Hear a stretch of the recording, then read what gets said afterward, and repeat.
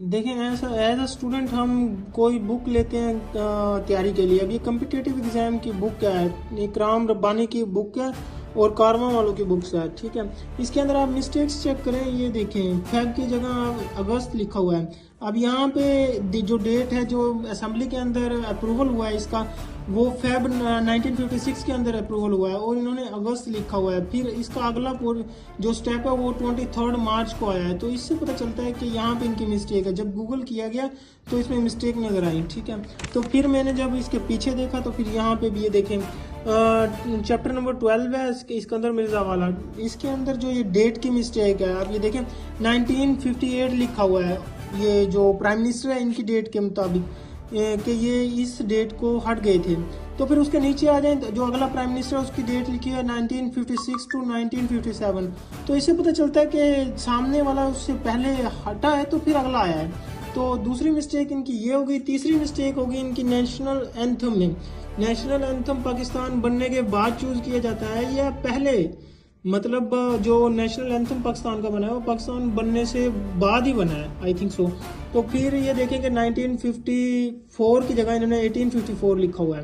अच्छा, इनकी third mistake हो गई। अब यहाँ से आगे थोड़ी सी पीछे जाएंगे आप, इन्हीं 2-4 पेजेस के अंदर इनकी इतनी ज़्यादा मिस्टेक्स हैं। आप ये देखें, ये है पार्लियामेंट वाला पोर्शन है, सेनेट वाला। सेनेट के अंदर जो ये ग्राफ बना हुआ है इसके अंदर देखें मेंबर्स की तादाद में मिस्टेक है। 22 लिखा हुआ है, 23 आना था। आप देखें 4, 23 एंड अगेन 23, फिर जाकर 96 बनता है। अब ये अगर इनके मुताबिक आप कैलकुलेट करोगे तो 95 बनेगा। इतनी सारी मिस्टेक्स हैं, पीछे भी इतनी करेक्ट की हैं। तो फिर ये देखें बंदा बुक्स किस लिए पढ़ता है। बंदा बुक इसलिए पढ़ता है कि यहाँ से वैलिडिटी होती है और कम से कम तैयारी तो अच्छी होगी उसकी।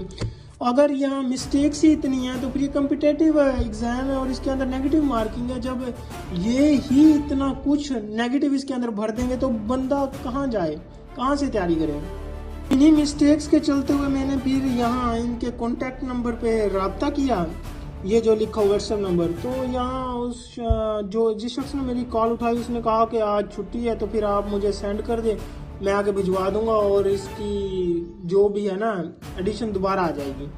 बात यह है कि इतनी सारी बुक्स छप चुकी हैं और जो लोगों के पास गई हैं उन्होंने यही पढ़ना है, तो उनके पैसे तो वेस्ट है ना, और पैसे मेरे भी वेस्ट हो गए इतने सारे, ठीक है। और बंदा जाए तो जाए कहाँ फिर, इतने पैसे लगाए और बुक्स के अंदर मवाद भी अच्छा ना मिले, तो ये तो गलत बात है। फिर मैंने मुल्तान वाली ब्रांच पे कॉल की, ठीक है, इनके नंबर पे।